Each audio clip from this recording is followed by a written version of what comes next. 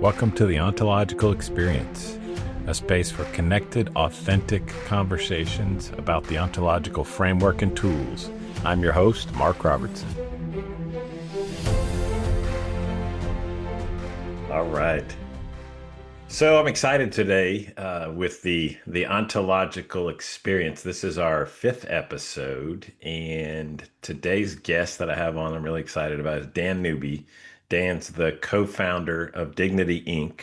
and has been focused on practical emotional education for the past 2 decades. He's a co-author of 5 books on emotional literacy and its application to daily life.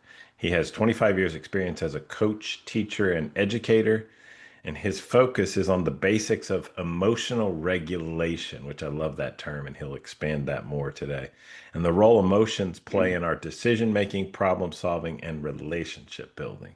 So the power packed, like there's a lot in there in terms of what are emotions and what we can do with it, Dan. So I'm excited to have you on today so our viewers and listeners can hear that. So welcome to the Ontological Experience. Thank you, Mark. Delighted to be here. Yeah, good. I appreciate you accepting my invitation. So I want to start with kind of my story, a little background on how Dan and I met, and then maybe a little bit about why I thought Dan would be great to have on really early on in the new launch of this, which I'm kind of viewing as a primer around the 3 key areas of our way of being: language, emotion, and body. Today is about emotions. And so Dan was the first person that popped in my head when I thought about how do we make people aware of this territory and offer them some powerful stuff. So Dan and I met, in my recollection, correct me later, Dan, if you want, but in the 2000s. I was a mentor coach with Newfield from 2003 to 2011, and somewhere Dan was in that mix. I remember one of the first times we had dinner in it was like a dark restaurant and had a fascinating conversation. I think you were working with Newfield at that time, and Mhm. I was like, he's from Minnesota. And I was like, I like this guy. Good dude. So why am I having Dan on? Because in my view, so personally, being transparent, I haven't read a lot of stuff on emotions or moods, but this emotional realm. Where I've gotten most of my distinctions that I teach is through Education for Living, their distinctions, then Newfield Networks distinctions, and then from my own personal experience, working with and paying attention to and dealing with emotions. And I just thought Dan's kind of taken off after Newfield and done some fascinating stuff in this realm. So I thought he'd be a great person to have on here to talk about that. One of the things are I think I'm going to call them your emoji cards. Mhm. Dan created a whole set of cards labeling each emotion and stuff around it, which he can talk about today. So the last thing I'll say as we begin is, and I say this to people in workshops and my clients, in my view, and I'd love to hear your take, Dan, this is still somewhat of a mysterious realm, this realm of emotions, and in terms of our experience in life and how important and powerful they are. And yet, I think they've learned a lot over the last few decades since Goldman came out with emotional intelligence, right? And we've learned a lot through functional MRI. So we know more than we did, but I still think many of us have the experience of waking up some days or being in the middle of a day and going, shit, how the hell did I get here? And what's this emotion that I'm in? Right.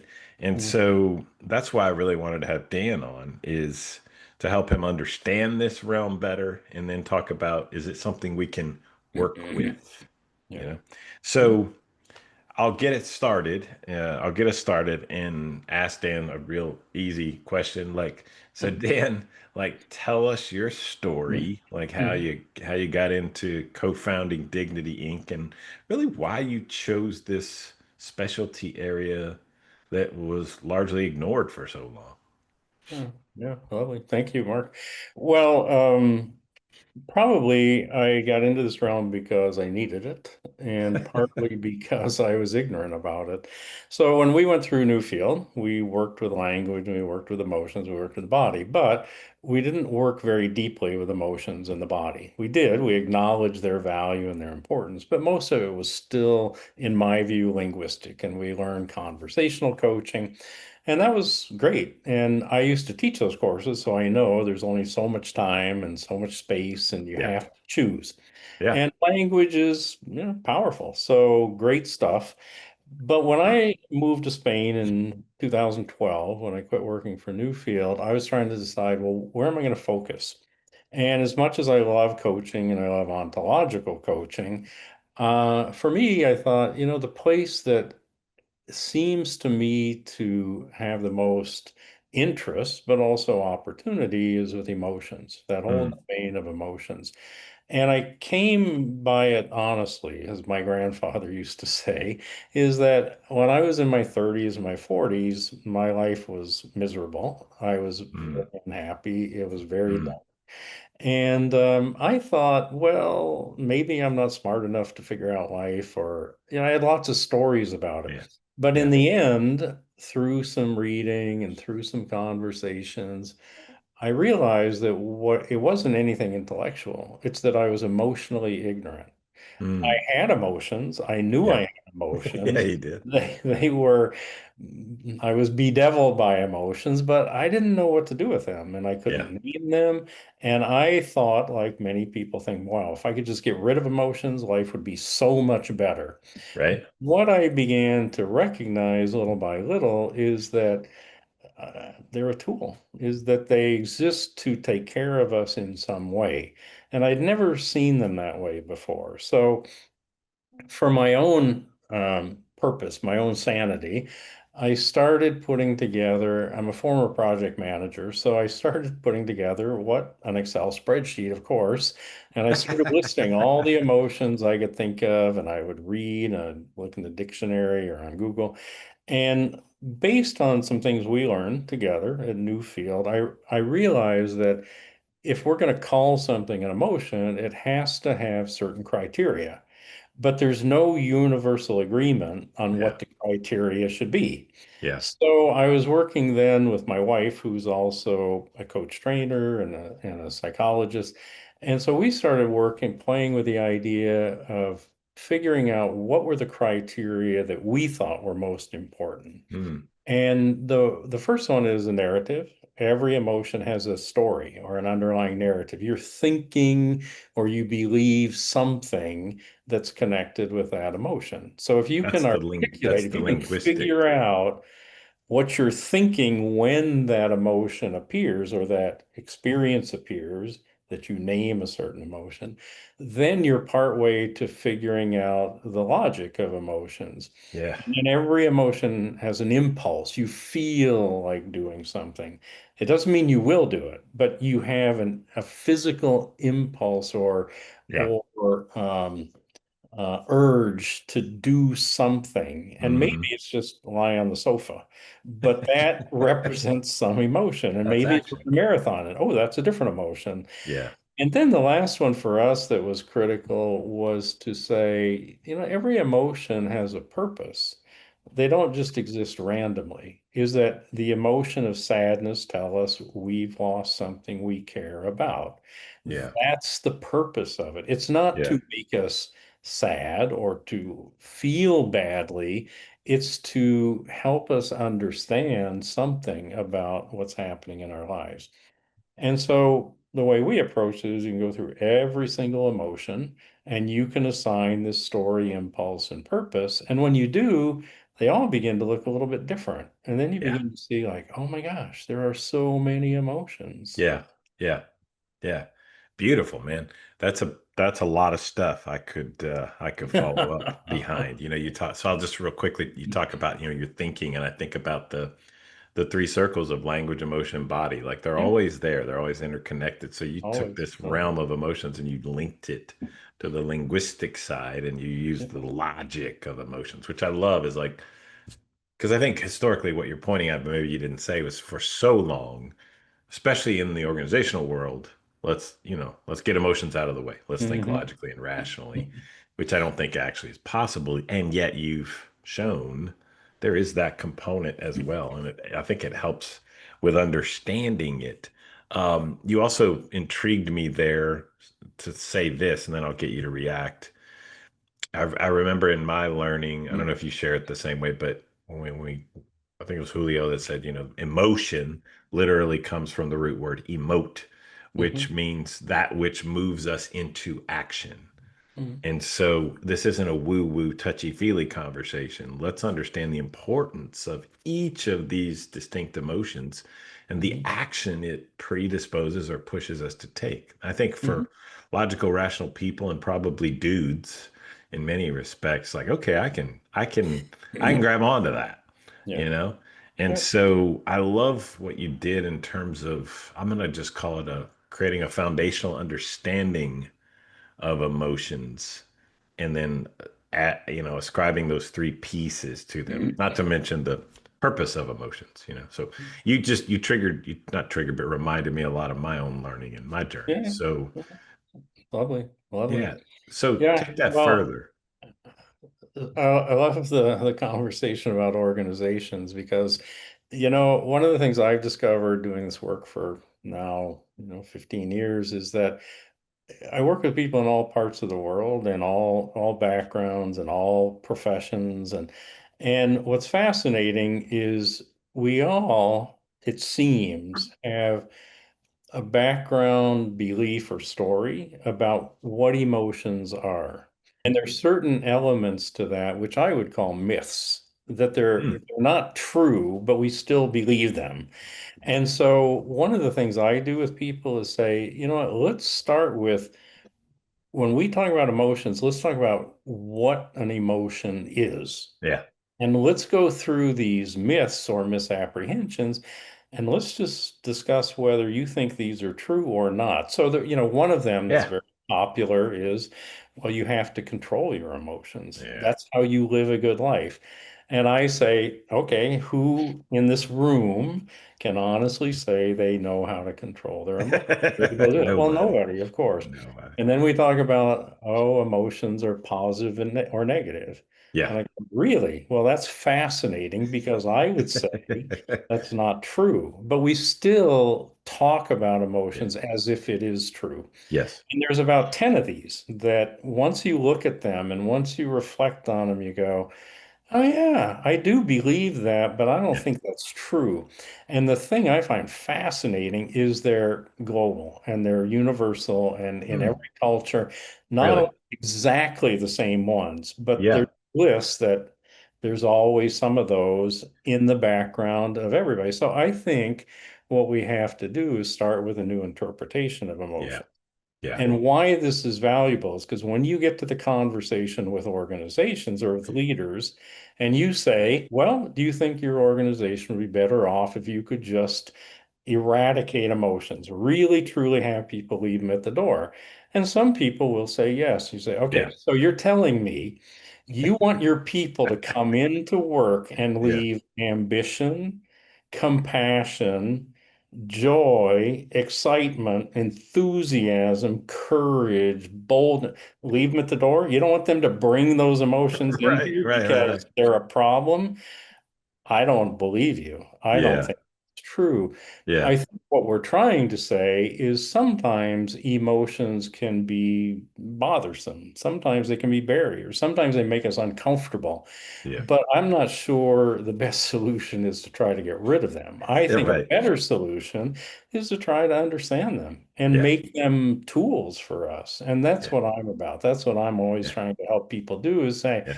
you know what, you can think about them that way, but it's not very helpful. So Yeah. why don't you embrace emotions? Why don't you befriend emotions? Why don't you Yeah. get curious about emotions? What have you got to lose? Because they're there. They're always there. So why You not are do never gonna not have emotions. that's right. So Why yeah. not befriend them? And God damn, that's real so good. Yeah, you just invoke all this cool stuff. You make me think about the fundamental idea of the observer we are, right? And Mhm. we observe from our distinctions.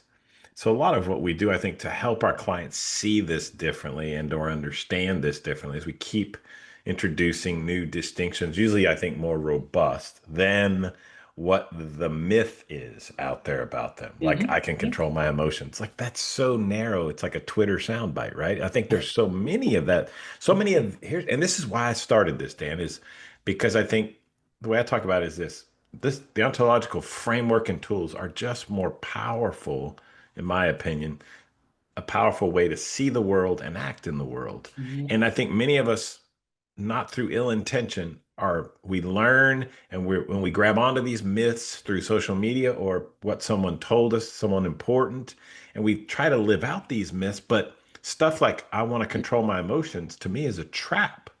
Like Yeah, your target is off. And so I love that that's where you start. It's like, let me debunk a lot of your current framework, and you yeah, do it respectfully. So it opens them up to, whoa, now I can see a whole world. And wow, look, I'm a leader in an organization. I can use this. yeah, It's absolutely. important. So beautiful stuff, man. So I want to take us to that raises the question for me, which we talked about in preparing for this and I want you to talk about so then where do most of us learn about emotions? How did we learn about emotions that we Yeah. come to this place sitting across from a Dan Newby or a Mark Robertson and we're saying, hang on a second, let me offer you some different ideas. Yeah, well, I think we learned about emotions and we picked up our beliefs about emotions like we do about a lot of stuff in life, like money. In some families that you talk about money. In some families, you're given tools of how to manage your money and Yeah. how to see it as however you see it. And in some families or in some cultures, it's, money is the root of all evil. So Yeah. there Yeah. are beliefs about money that Fair. you adopt. When you're young, you don't discriminate whether it makes sense or not. You just adopt it. Well, with emotions, I think this is the case. I think in some cases, we've been actively taught. We've been told, no, no whining. I don't want to hear any negative emotions. If you can't be Yeah. happy, go to your room. Okay, so Yeah. we've Yeah. been Yeah. taught something. Yeah. In other cases, we learned it. We watched people and we went, oh, you know what? When we're angry, we throw things.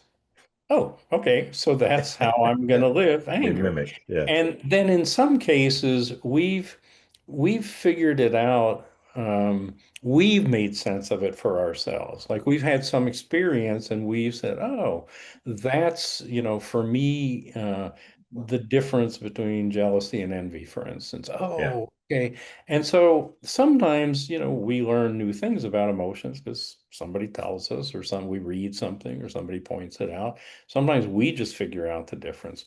But Yeah. I think that we grow up with these ideas about emotions, but rarely does anybody that I'm aware of start at the beginning with, okay, but what is an emotion? Yeah. And, to answer your question, my parents, well educated, they made sure I was well educated.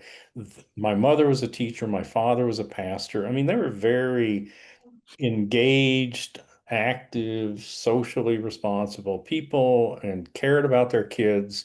So why didn't they teach me this? Well, I would say they didn't know it. Yeah. As intelligent, as Yeah. educated as they were, this was not part of their learning. Yeah. Now, were they emotionally mature? I would say, yeah, for the most part, I would say they were pretty much emotionally competent, but they did it intuitively. They didn't have the background. They hadn't studied it. Yeah. They if you had asked them, are emotions logical, they probably wouldn't have known what to say because they'd Yeah. never thought about it before. Yeah. So what I'm seeing is that now we're at a point where we can articulate this. We can help people learn, broaden their emotional vocabulary, make sense of emotions, see them as a tool, see them as a life skill. And for me, that's the piece that I find most exciting. It's kind of like, those people who um, help people who have never learn to read, right? You're a Mm. reading teacher, but you're helping people become linguistically literate. They Yeah. love doing that because it Yeah. opens so many possibilities. Yeah. That's what I think I do, but with emotions. It's just to help people build their Like it. emotional literacy Yeah. so they can name their emotions, so they understand their emotions, so Yeah. they can distinguish between emotions. Because when you can do that, suddenly the world looks quite different and people look very different too, because now you realize that when somebody says something there's some emotion that provoked them to say that. Yeah. And you, instead of judging them, sometimes if you're, you know, if you're conscious and aware, you Yeah. can say, huh, I wonder what emotion it was that provoked them to do that or Right. say that. And to be honest, people make a lot more sense then. Like Yeah. the reason in some cases is an emotion. Yeah. And Yeah. I find that to be so liberating because then I can be curious rather Yeah. than judgmental. And curious, right, is a powerful emotion or mood. I call Very. it a mood, right? It's incredible. It's one of the, I think it's the best one for learning, you know? And so, yeah, we're never not in emotions. Again, man, your answers are powerful and take me so many different directions. But let me go off on what might be a tangent. Okay. And I'm gonna ask a couple of questions, which I was taught not to do, but that's what I do all the time, right? So what was screaming at me as you were talking a lot was two words: limbic system, limbic system, Mhm. limbic system, right? And so I think about the limbic system is in large part, I think, and you may correct me, where our emotional learning is housed, or where it sort of comes from, but not entirely.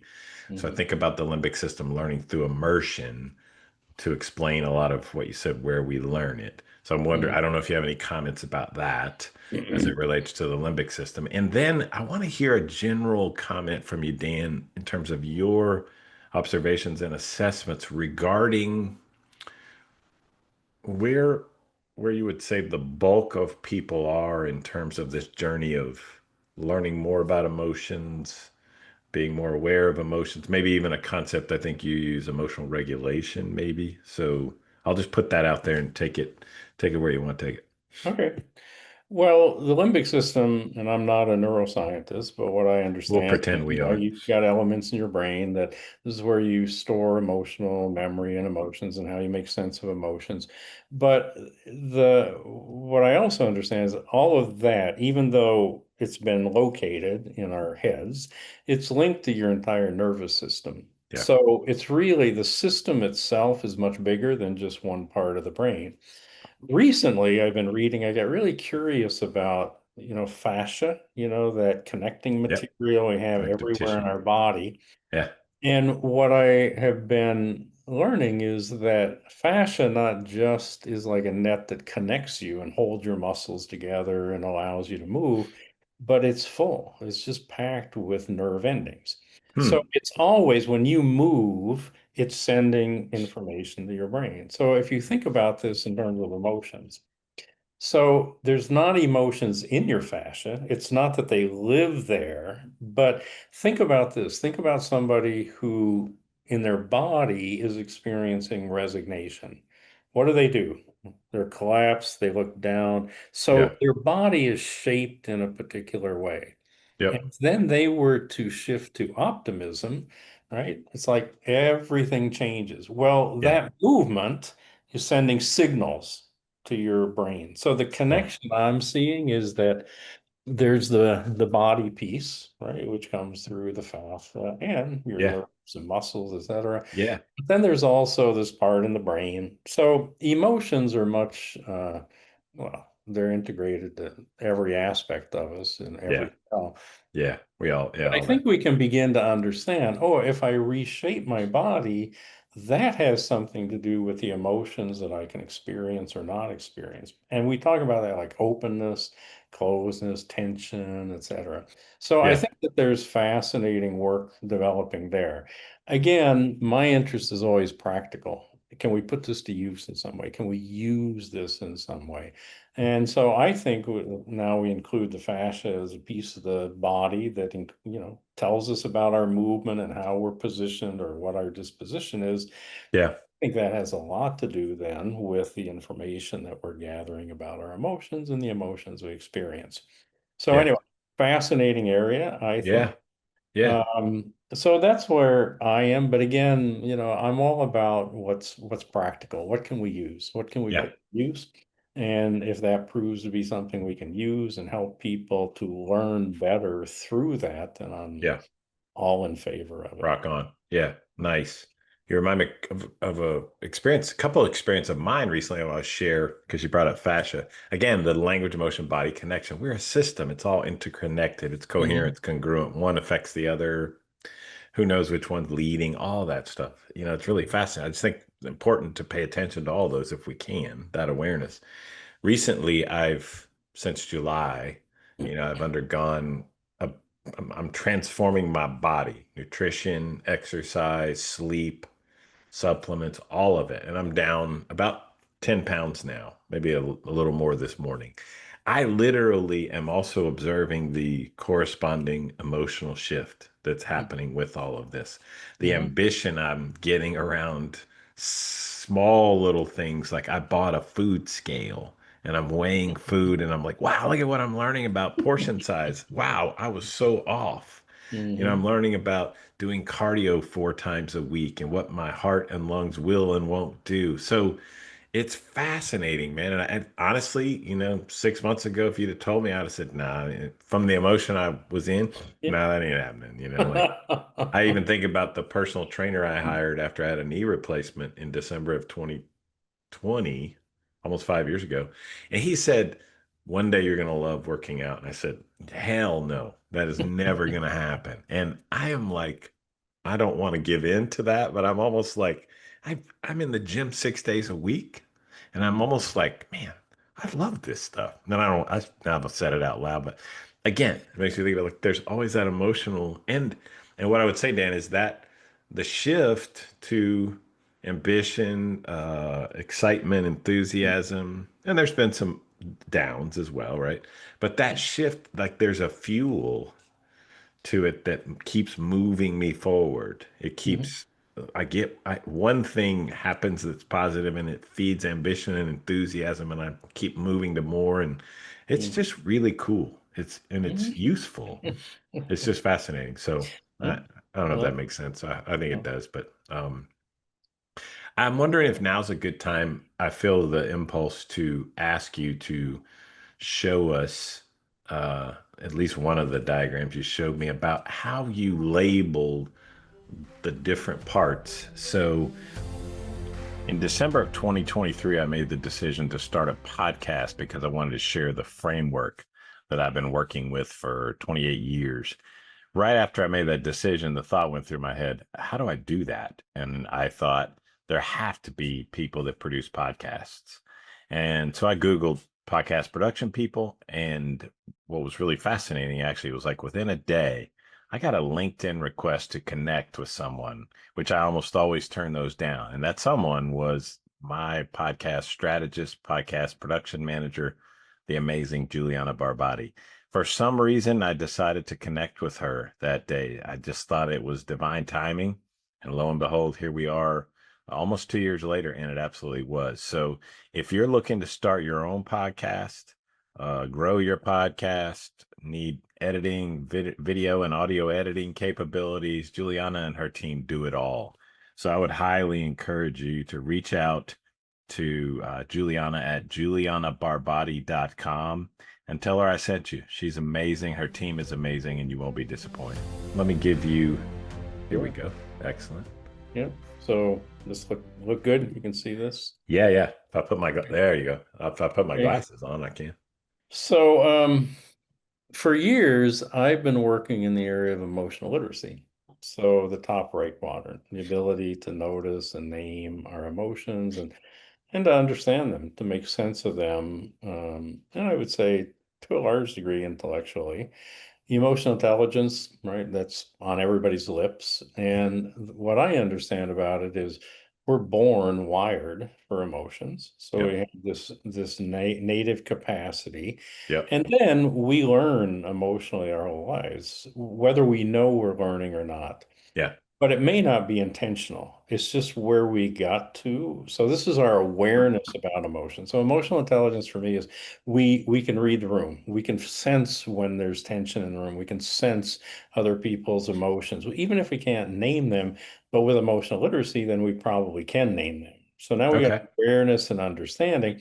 And these are places, these are parts of emotions that for me are very much about intellectual understanding, and our brains help us with these.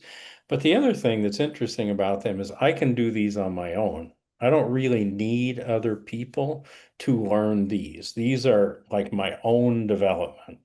But if you drop below the center circle, you got emotional resilience, which is our ability to bounce back, and our emotional agility. So shifting between emotions. Hmm. And those, the way we get practice with those is often when we're encountering other human beings, right? Because Some shit hits the fan. somebody promises something, they don't do it, we feel Yeah. disappointment. What do we Right. need? We need to be able to bounce back. Or somebody changes plans. We need to be able to shift Yeah. between emotions. So those really, for me, are practices. Those are ones that we learn through doing, and the more we do them, the better we get. And Hmm. if you add all of these up, what it leads to is your capacity for emotional regulation. How competent are you to choose the emotion that will serve the situation? So to be Beautiful. a choice. And regulation, it's important not to hear it like turning down emotions, because sometimes we need to dial up emotions. Yeah. Yeah. Sometimes we need to dial them up, sometimes we dial them back. Yeah. So what I'm doing now and what Dignity Inc. has done is created a psychometric, a validated assessment that measures all of these. And at first, when we started, we weren't 100% sure that they were distinct and measurable. And many people have thought, well, emotional agility and resilience, they're kind of the same thing. But what this assessment does, and it's validated 2,500 people, which is a high number to validate an assessment, Right. is that no, actually, these are distinct and unique. And when I work with clients, it's fascinating because when they take it, I ask them, well, what do you see? And one example is a woman who had some autism, some level of autism. She'd been diagnosed. She's a leader in an organization, a young leader. And what it told her was actually her emotional resilience was quite high, Hmm. but her emotional literacy was quite low. Hmm. When I asked her, what sense do you make of that? She said, well, I've been overcoming challenges my whole life because of my Resilience. gender, because of the culture I live in, because of, because of this restriction I feel because of the autism of not understanding what's happening around me. But what's fascinating is I don't know anything about emotions. I Hmm. can't name emotions. So Hmm. if I could learn more in terms of emotional literacy, that along with the emotional resilience would elevate my ability to regulate my emotions Yeah. to meet the situation at hand. And that's just Beautiful. an example. So just because we're high in one of these doesn't translate to being high in another one. Yeah. It's fascinating to me because this gives us a picture of what's going on internally Yeah. Yeah. with our emotions in a way we've never been able to before. Yeah, in my assessment, a very full picture. In fact, I've got a session later today at 12:30, interestingly, on emotions and trust. And I'm thinking, how am I going to incorporate this stuff from Dan? And how would I talk about it? And part of me is like, I'm just going to play this part of our video and let them hear you talk about it. Because it's a beautiful full picture. So a couple questions related to this that popped up. It's or a comment and then maybe a question. It strikes me that any of these quadrants could be significant learning territory. Like you could work in each of these distinctly if you wanted for months or something, noticing.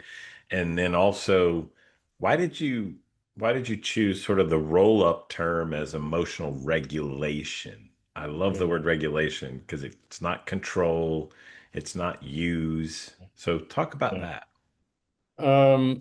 Well, to the first part of your question, absolutely. In fact, I think they're lifelong. I mean, Mhm. I studied for years emotional literacy. There's always more I can learn. I mean, it's not, there's no end to it.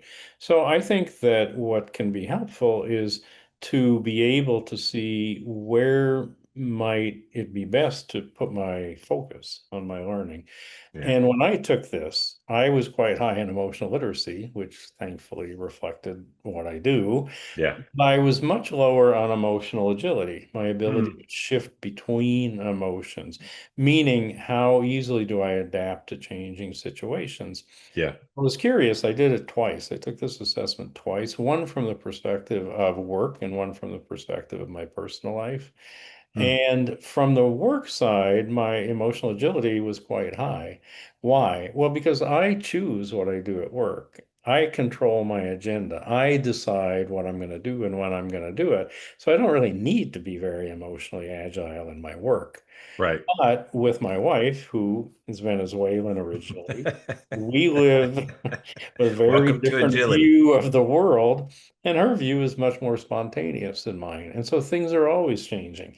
And I find that sometimes quite challenging to keep up Yeah. with. And that's Yeah. where my work, that's where I can do my work, is on my emotional agility, in particular Yeah. personal life. So that's what I see. And what I have also seen is none of the four of these gives you the full set of tools. And that's why emotional regulation, because in some cases, we need a little more awareness. We need to put our attention on just being aware of what's going on. And sometimes we need to learn something in the emotional literacy space. Sometimes we need to shift. Sometimes we need to bounce back. But all of those are in some way regulating ourselves emotionally. And Mm. one of the things we say at Dignity Inc. is only you can regulate you Yeah. emotionally. Like Yeah. nobody can do it for you. That's So right. if I understand where to look for the possible ways I can regulate myself emotionally, that gives me, that empowers me Yeah. emotionally. Yeah. And for me, that's why it's so important, is to be in choice and to be conscious that I do have a choice. I want to talk about the emotional regulation piece and the definition you have there, but you remind me of Dr. Jody Carrington, I think is her name. And she talks a fair amount about, or I've heard a little bit about like emotional deregulation or dysregulation, like her Dysregulation. assessment that like I don't know if this is just US or global, but so many Americans are emotionally dysregulated or don't Yeah. have a high level of emotional regulation. And so I would share that assessment as well. Yeah. I find interesting the definition you're using again to language. Emotional regulation, the ability to select. That's a word for me that's interesting. The emotion that will serve the situation to be in choice. I've often, I think there's data, Dan, around the relationship of there's a triggering event, the emotion arises in you, and then you act. That can happen in like, I've heard 45 nanoseconds. Mhm. So when you use the word select, that would imply to me that there's a high level of emotional understanding and an ability to interrupt that automatic process. So somebody's going to have to be pretty emotionally aware or regulated. Would you like talk about that Sure. or respond to that? There's two elements to that. One is we have emotional reactions. And those we can't always adapt. We can't Yeah. select because they're Yeah. automatic. And Yeah. in fact, I would argue we don't want to learn to select those Me because too. why? We hear a loud noise, we duck. It's automatic and we Yeah. do it in reaction, but it keeps us safe. Survival. Yeah. But here's the thing is now I'm in fear. And fear won't always get me what I need. Yeah. So then there's the response aspect of emotion. So when we say select, we're really talking more about the response phase. Yep. Yep. Yep. Although, here's what I would also say. Sometimes I react in a way where I might say something that offended somebody. Now, I didn't do it on purpose, right? It was just a reaction, Yep. or I made a face. Okay.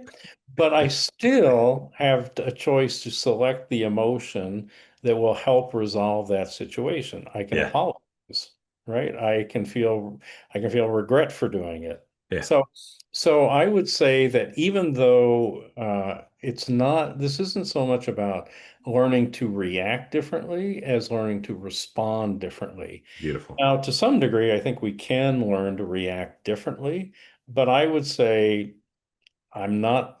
That for me is not as valuable as learning to respond in a way that Yeah. will get me what I need and will address the situation in the best Yeah. possible way. Yeah. Yeah. Yeah. And would you also agree that the ability to notice that and then select or respond, that's pretty high level emotional learning. Yeah. So in emotional literacy, when I work with people, the very first exercise we do is called the notice and name exercise. Beautiful. And you pause, that's to notice, right? You notice what you're experiencing and then you put a name on it. Whoops. Sorry, there we go. We're celebrating. And so Oh, I see that's, that really as part of emotional literacy and that learning to pause, yeah. notice, and name. Yeah. And the more you do that, the bigger, the broader your emotional vocabulary becomes, Yeah. and the more automatic it becomes as well. Yeah. One of the things I find is sometimes people struggle is just with the pausing Yeah. because we're so committed to action. People Yeah. are so busy that even pausing for 10 seconds to Yeah. ask themselves, I wonder what emotion that is I'm experiencing. A lot of people struggle to even do Yep. that. So I think it's really essential, the pause, the Yeah. notice, the name, so that you can understand what's happening for you emotionally.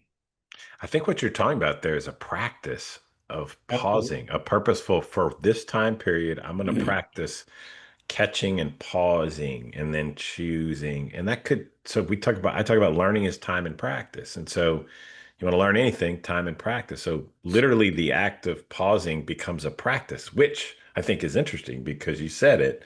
We're so action oriented that doesn't maybe feel like an action, but it is. But Yeah. also, Dan, I think that especially organizationally, but I think in general, so many people in my assessment are overcommitted.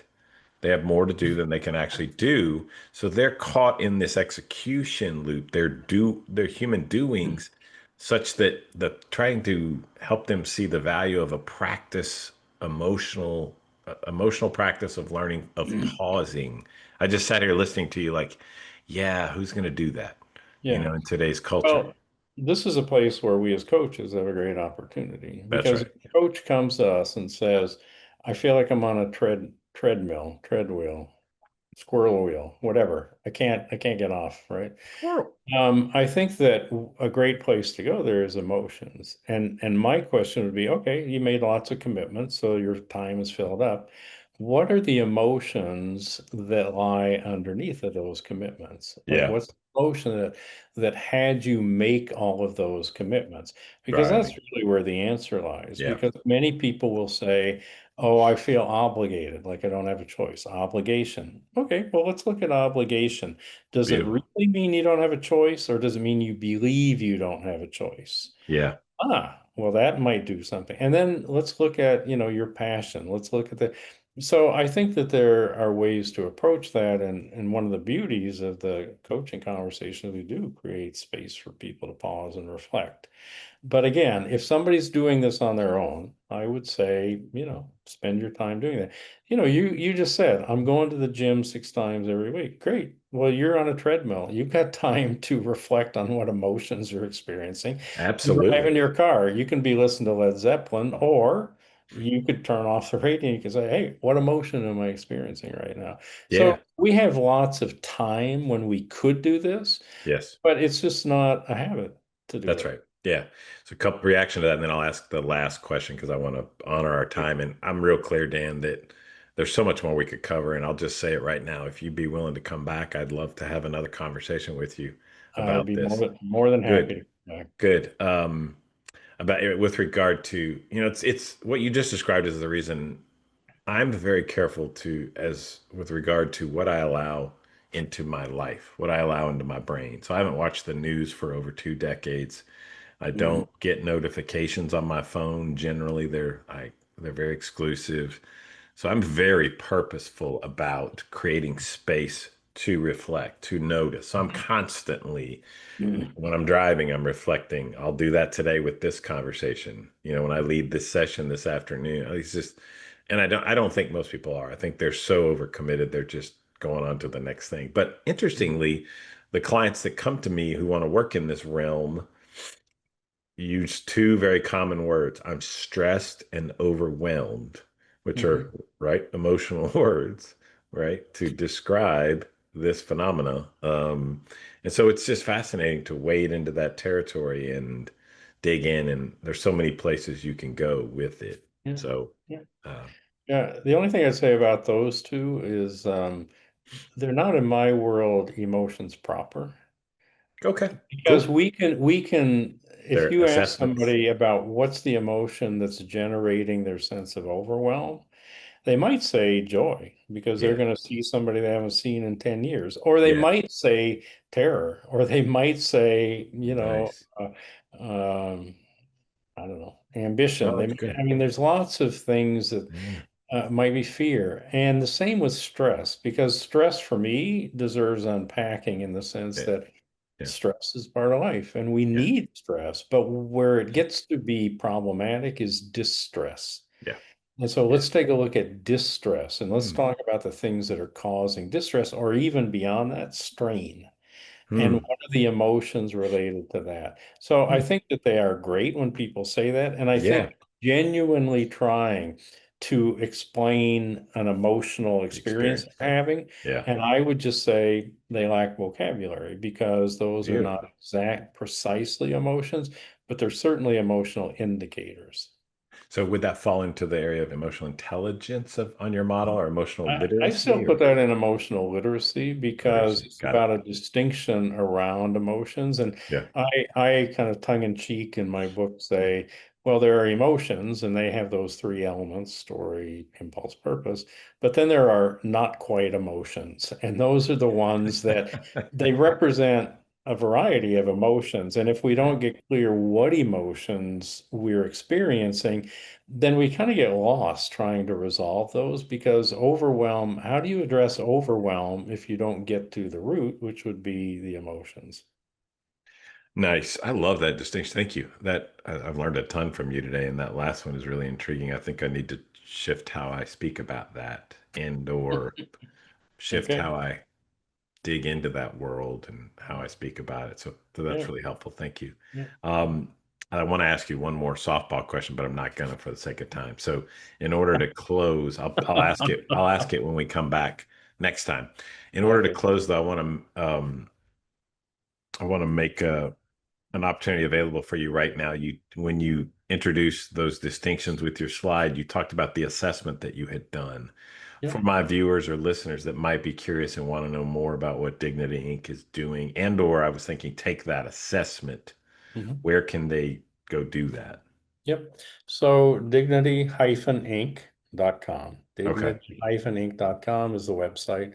There's a tab in the menu for the emotional regulation dashboard assessment. Okay. There's information there. We're building the portal. So at this moment, until the end of December, you can't just sign up and take it. You have to contact us if you want to Okay. take it, but you're welcome to do that. And we'd love to even have a conversation with you if you're interested. But as of the 1st of January, people will be able to go on, sign up, take it, get their results without, I mean, automatically, however you say that. So Beautiful. it's coming, but for now, I would say anybody who's interested.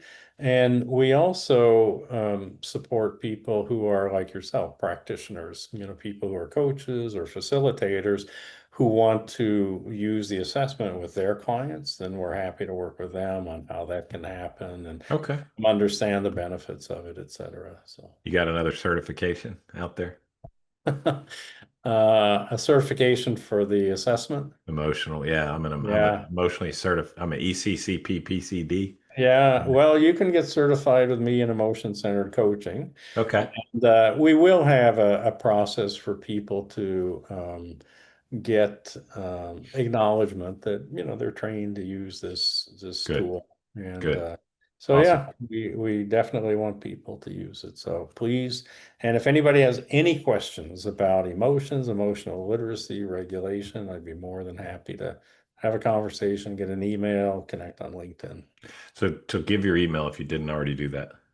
My email is dan@dignity-inc.com. Got it. Beautiful. So, and you can reach I'll, me through the website too. So, okay. And I'll do my best to make sure that information goes in the show notes for this okay. episode. So Well, Thank you. I look forward to our next conversation. And you're right, there's a world out there to discover about emotions, and it's, for me, all fascinating. So we can go any direction you'd like to next time.